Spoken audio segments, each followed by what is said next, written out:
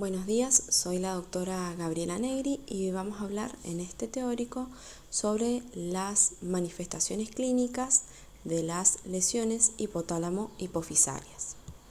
Dentro de los contenidos vamos a hacer un pequeño recuerdo anatómico y fisiológico del eje hipotálamo-hipofisario. Vamos a hablar sobre el linaje y diferenciación celular, cuáles son las etiologías más frecuentes de las alteraciones hipotálamos-hipofisarias, la fisiopatología de los tumores hipofisarios y cómo los clasificamos, cómo debemos evaluar estos pacientes y cuáles son las manifestaciones clínicas de los síndromes de hipersecreción y una orientación hacia su diagnóstico y tratamiento. Como sabemos, para el desarrollo del organismo humano es imprescindible la coordinación de tres grandes sistemas: el sistema nervioso central, el sistema endocrino y el sistema inmunitario. Gracias a su función de neuromodulación, está implicado en la respuesta y control hormonal, autonómico, la detención arterial de procesos de termorregulación del metabolismo hidrosalino, osmolar y energético. El hipotálamo sintetiza una serie de hormonas tróficas que viajan a la adenohipófisis a través del sistema nervioso portal. Dentro de las hormonas que secreta el hipotálamo encontramos la hormona liberadora de corticotrofina o CRH, que estimula a la ACTH a nivel hipofisario, la hormona liberadora de gonadotrofinas o GnRH, que estimula a la FSH y LH, la dopamina, que inhibe la secreción de prolactina. También encontramos a la hormona liberadora de la hormona del crecimiento, GHRH, o somatostatina o hormona inhibidora de la hormona del crecimiento, que inhibe a la GH, y la hormona liberadora de tirotrofina o TRH, que estimula la secreción de TSH por parte de la adenohipófisis. Pero su relación con la neurohipófisis es diferente. Como sabemos, la neurohipófisis deriva embrionológicamente del tejido cerebral y recibe las terminaciones nerviosas de las neuronas de los núcleos supraópticos y paraventriculares, almacenando sus productos, que son la vasopresina y la oxitocina. Vamos a nombrar los núcleos del hipotálamo y sus funciones para que entendamos la importancia que tiene este órgano. Los núcleos laterales se relacionan con el hambre. El núcleo preóptico tiene funciones parasimpáticas. El núcleo supraóptico produce la hormona ADH, el paraventricular la oxitocina. El núcleo supraquiasmático está encargado de la regulación del ritmo circadiano. El núcleo ventromedial en el centro de la saciedad. El núcleo arcuato interviene en la conducta emocional y la actividad endocrínica con liberación de GnRH. El núcleo mamilar participa en la memoria. Y el núcleo hipotalámico posterior y anterior están encargados la regulación de la temperatura, la sudoración y también inhibe la tirotropina. La hipófisis se aloja en la silla turca de los efenoides y se distingue un lóbulo anterior que deriva de la evaginación faríngea de la bolsa de Rathke y otro posterior o neurohipófisis, que es una evaginación del tercer ventrículo del sistema nervioso central, y un lóbulo intermedio de escasa relevancia en el hombre. La hipófisis se conecta con la eminencia media del hipotálamo mediante el tallo hipofisario. Lateralmente están los senos cavernosos y por encima el quiasma de los nervios ópticos.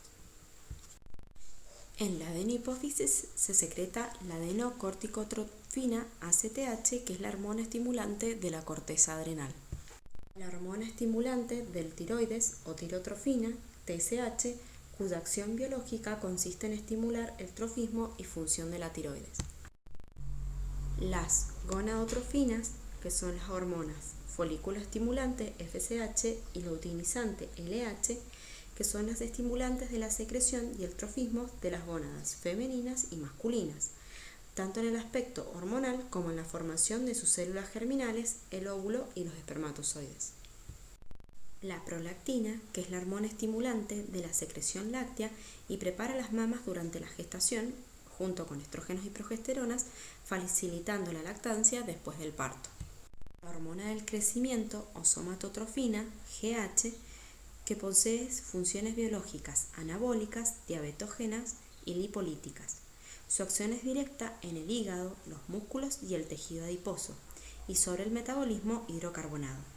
Pero su acción estimulante del crecimiento es mediada por la somatomedina C o factor del crecimiento insulínico tipo 1, que es el IGF-1. Como dijimos, la neurohipófisis está formada por la parte distal de los axones de las neuronas situadas en el núcleo supraóptico y paraventricular del hipotálamo.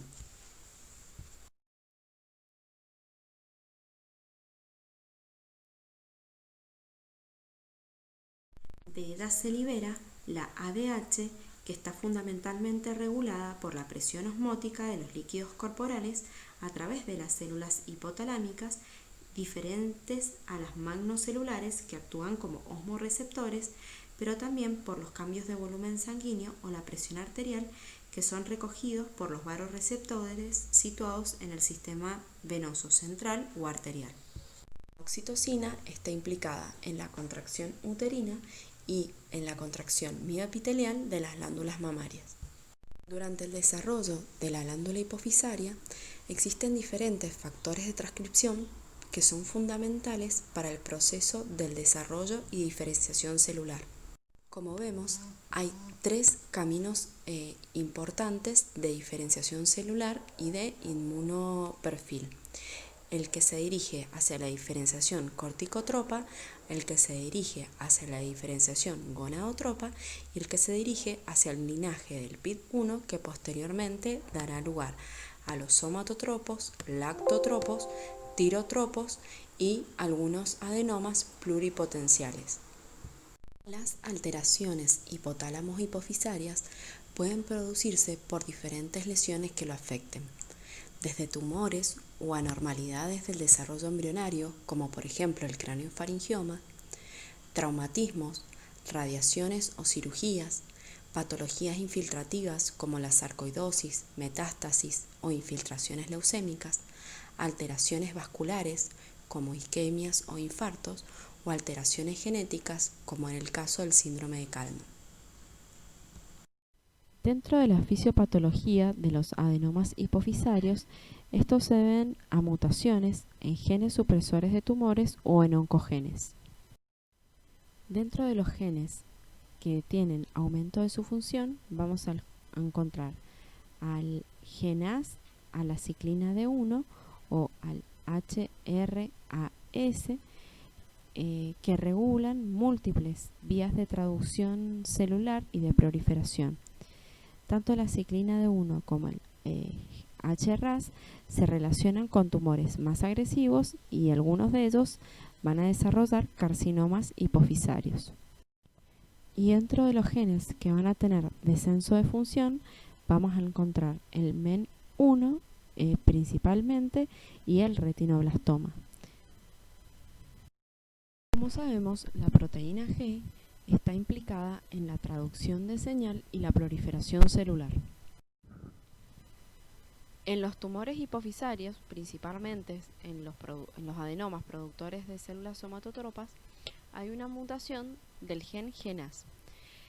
Lo que sucede es que se anulan la actividad GTPasa de la subunidad alfa. Esto da lugar a que se active la subunidad alfa generando persistentemente AMP cíclico y así se llega a una proliferación celular descontrolada.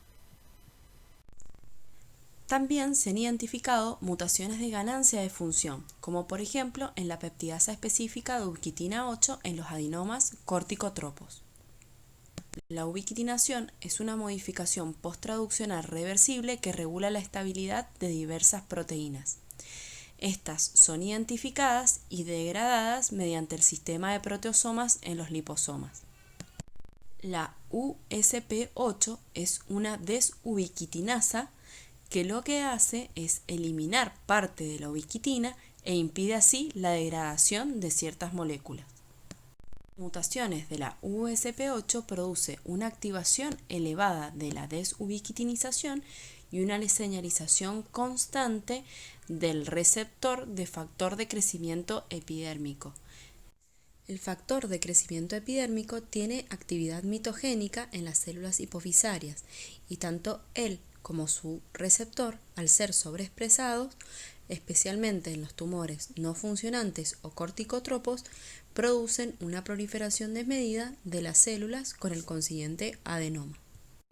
La mayoría de los adenomas hipofisarios son de naturaleza esporádica y monoclonal. También se han encontrado mutaciones genéticas que están presentes en los diferentes síndromes familiares asociados a tumores hipofisarios. Dentro de estos genes podemos encontrar al MEN1, al CDKN1B, al PRKAR1A y al AIP. La clasificación de los tumores hipofisarios es compleja. Por eso vamos a tener en cuenta algunas características y los ejemplos los veremos a continuación. De acuerdo a su funcionalidad, pueden ser funcionantes o no funcionantes. En su forma de presentación, como ya dijimos, esporádicos o familiares. Los adenomas hipofisarios pueden clasificarse de acuerdo a su tamaño en microadenomas si miden menos de 10 milímetros o macroadenomas si son mayores a 10 milímetros. Llamamos adenomas atípicos aquellos cuyo comportamiento es agresivo con destrucción de estructuras vecinas. Generalmente estos tumores tienen positividad de algunos marcadores de proliferación tumoral como son la P53 o el Ki67. Y carcinoma queda solamente relegado a aquellos tumores que tienen metástasis a distancia, algo que es muy poco frecuente ya que la mayoría de los tumores hipofisarios son benignos. Como los adenomas hipofisarios son monoclonales, también podemos clasificarlos de acuerdo al tipo de célula afectada. Así podremos clasificarlos en somatotropos, lactotropos, corticotropos, tirotropos, gonadotropos o no funcionantes. Los más frecuentes son los adenomas no funcionantes, en alrededor de 1/3 de todos los tumores hipofisarios. Siguen en frecuencia los prolactinomas, somatotropinomas, corticotropinomas, siendo con menor frecuencia los tirotropinomas y los gonadotropinomas. Con los avances tecnológicos nos permitió clasificar a los tumores hipofisarios teniendo en cuenta otras características como son la positividad o no de los factores de transcripción. Veremos a continuación una clasificación que tiene en cuenta la mayoría de estas características. Como vemos, esta clasificación tiene en cuenta 4 factores: la presencia o no de manifestaciones clínicas, la bioquímica con la hipersecreción en el laboratorio de las hormonas, la positividad o no en la inmunohistoquímica para las hormonas secretadas y si son o no negativos los factores de transcripción. Así se pueden clasificar en tumores null cell, en donde todas estas características son negativas, tumores silentes, en donde los factores de transcripción son positivos, factores clínicamente silentes, en donde los factores de transcripción, la inmunohistoquímica y la bioquímica es positiva, factores susurrantes, por así traducirlo, en donde tienen algunas manifestaciones clínicas, y funcionantes, aquellos que tienen las 4 características positivas. Como vemos, la clasificación y evaluación de estos pacientes es compleja, por lo que es importante tener en cuenta estos 4 pilares. Primero, reconocer de que los pacientes van a presentarse a la consulta con una clínica específica, no siendo esta muchas veces características del tumor, sino que puede ser un motivo de consulta habitual de otra patología, como puede ser que el paciente consulte por diabetes o hipertensión, y por algunas características clínicas del paciente debemos orientarnos hacia la evaluación de la función hipofisaria. Dentro de la determinación bioquímica hay que tener en cuenta que podemos realizar el dosaje directo de la hormona cuya función creemos que está aumentada o disminuida, o realizar estudios dinámicos. Los estudios dinámicos ponen en evidencia alguna característica de las células tumorales hipofisarias, como son la pérdida del ritmo pulsátil o circadiano normal de secreción o de la susceptibilidad del eje hipotálamo hipofisario a responder a factores estimulantes o supresivos. Los estudios por imágenes que le solicitamos al paciente van a permitir realizar la localización y considerar la extensión y el compromiso de estructuras vecinas. Por ello, vamos a solicitar el campo visual y la resonancia magnética nuclear de la región hipofisaria. Una vez que se realizó el tratamiento quirúrgico, que es la resolución de la mayoría de los adenomas hipofisarios, vamos a solicitar el estudio anatomopatológico. En él vamos a ver las características de tinción y granulación de las células, la positividad en la inmunohistoquímica y los factores de transcripción, para poder así determinar la clasificación del tumor hipofisario, es decir, del adenoma que tenía el paciente. Las manifestaciones clínicas de los adenomas hipofisarios van a depender si hay hipersecreción hormonal o déficit en la secreción de estas hormonas, también por las manifestaciones neurológicas que presenta el paciente. Los signos neurooftalmológicos que presentan los tumores hipofisarios se deben a que, consecuencia de su crecimiento, producen compromiso y compresión de estructuras vecinas. La cefalea es un motivo habitual de consulta, está presente entre el 60 al 70% de los pacientes y se debe a que hay un estímulo de la dura madre que recubre la hipófisis. Generalmente es frontal y se irradia hacia la región orbitaria. También vamos a encontrar compromiso visual con disminución de la agudeza visual y si hay alteración del quiasma óptico, vamos a encontrar la típica hemianopsia bitemporal que se presenta en los pacientes con macroadenomas hipofisarios. Cuando el crecimiento tumoral invade los senos cavernosos, puede existir un compromiso de los pares craneanos. El paciente puede presentarse con ptosis palpebral cuando hay compromiso del par craneal tercero o módulo ocular común. Puede presentar diplopía cuando hay compromiso del cuarto o sexto par, o si no, dolores o alteraciones sensitivas faciales por compromiso de la rama oftálmica y maxilar superior del nervio trigémino. Los pacientes pueden presentar insuficiencia adenohipofisaria o diabetes insípida por compresión tumoral del resto de la glándula, o hiperprolactinemia si hay compromiso del tallo hipofisario. Recordemos que la prolactina tiene una inhibición negativa por parte de la dopamina. Cuando hay alteración del tallo hipofisario, no se produce esta inhibición y aumenta la secreción de prolactina. Otro de los síntomas característicos compresivos de los tumores hipofisarios es la mianopsia bitemporal. Esta se debe a que las fibras nasales del nervio óptico se decusan muy cerca de la hipófisis. Al comprimirse estas fibras, no se transmite el impulso y el paciente solamente puede ver aquello que se encuentra en su campo temporal. Dentro de los síndromes de hipersecreción podemos encontrar el prolactinoma. Este tumor se caracteriza por un aumento de la secreción de prolactina y suele manifestarse con alteraciones del ciclo menstrual en la mujer, con infertilidad y osteoporosis en ambos sexos. La enfermedad de Cushing, que se debe a un aumento de la secreción de ACTH, que la veremos dentro de la sección de evaluación de los pacientes con patología suprarrenal. Estos se van a caracterizar por tener un aumento de la secreción de cortisol ACTH dependiente. Otro de los síndromes de hipersecreción es la acromegalia o gigantismo, en donde hay un aumento de la secreción de GH y consiguientemente de IGF-1.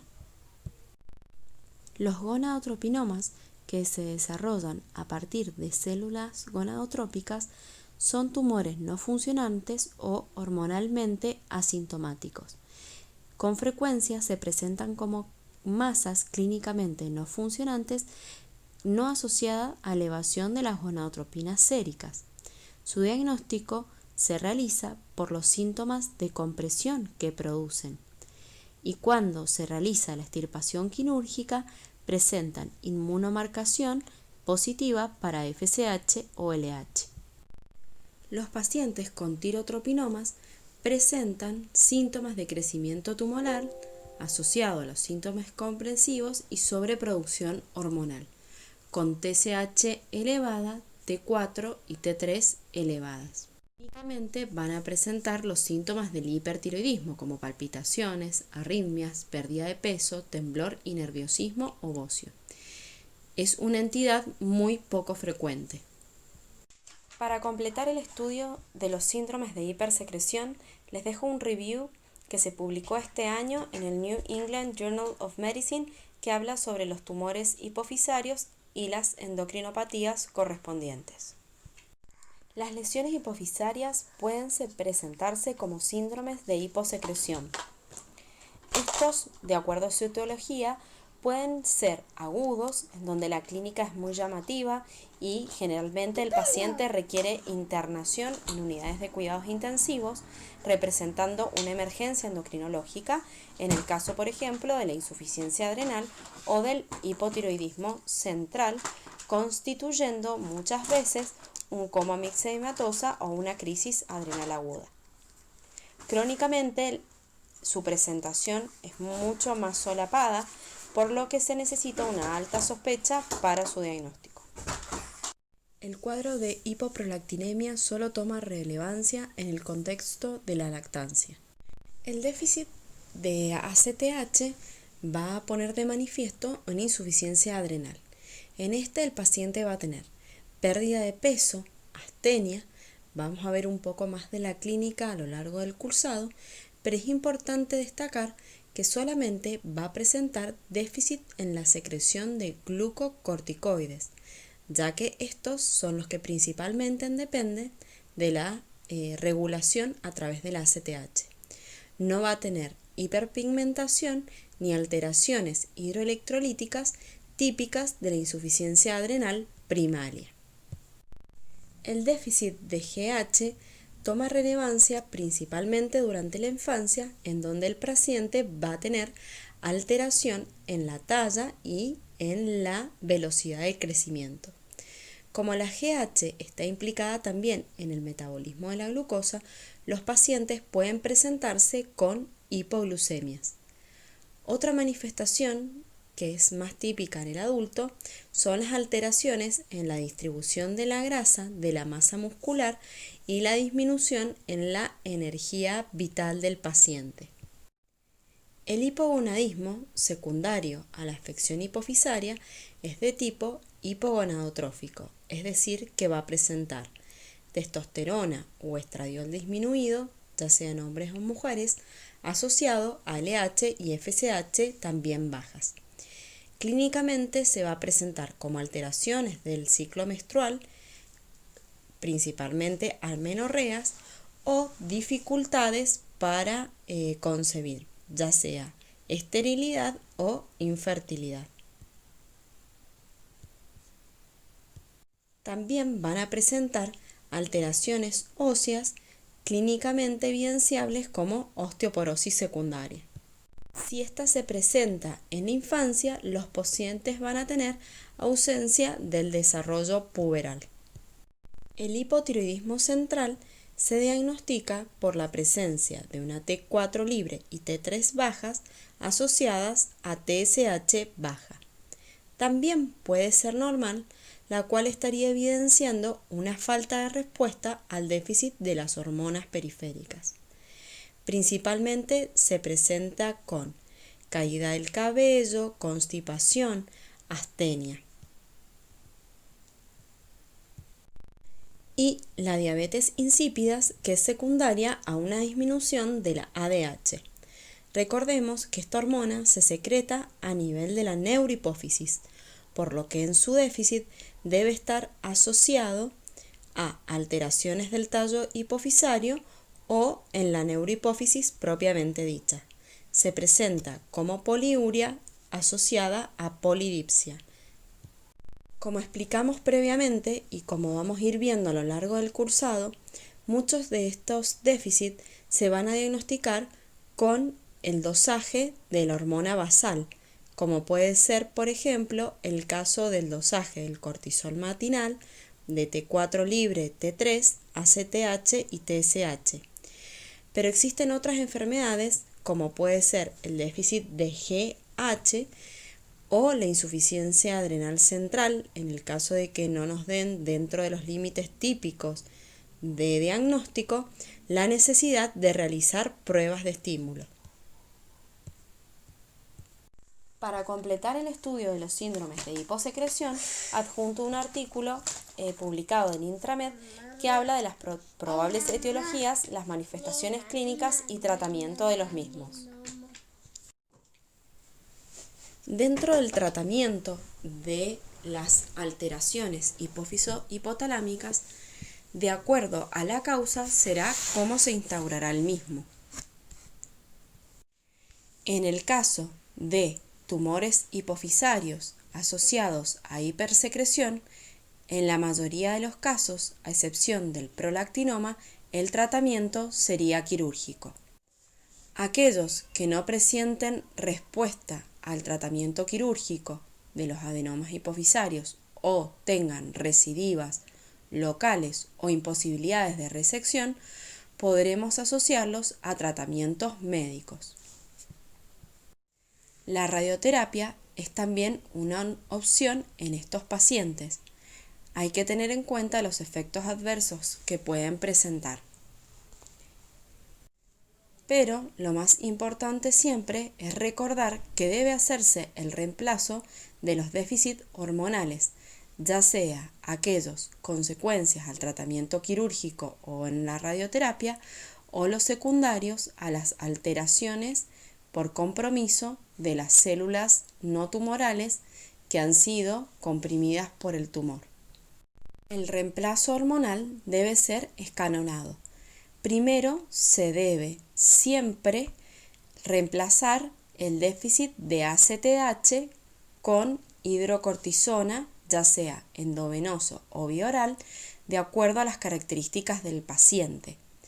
Esto se debe a que este reemplazo es fundamental para evitar una crisis adrenal en el caso que se reemplacen los otros ejes. Posteriormente debería realizarse el reemplazo con hormona tiroidea. El déficit gonadal y de hormona del crecimiento deberá reemplazarse de acuerdo a la etapa en la que se encuentre el paciente y que fisiológicamente estas hormonas tengan un rol importante.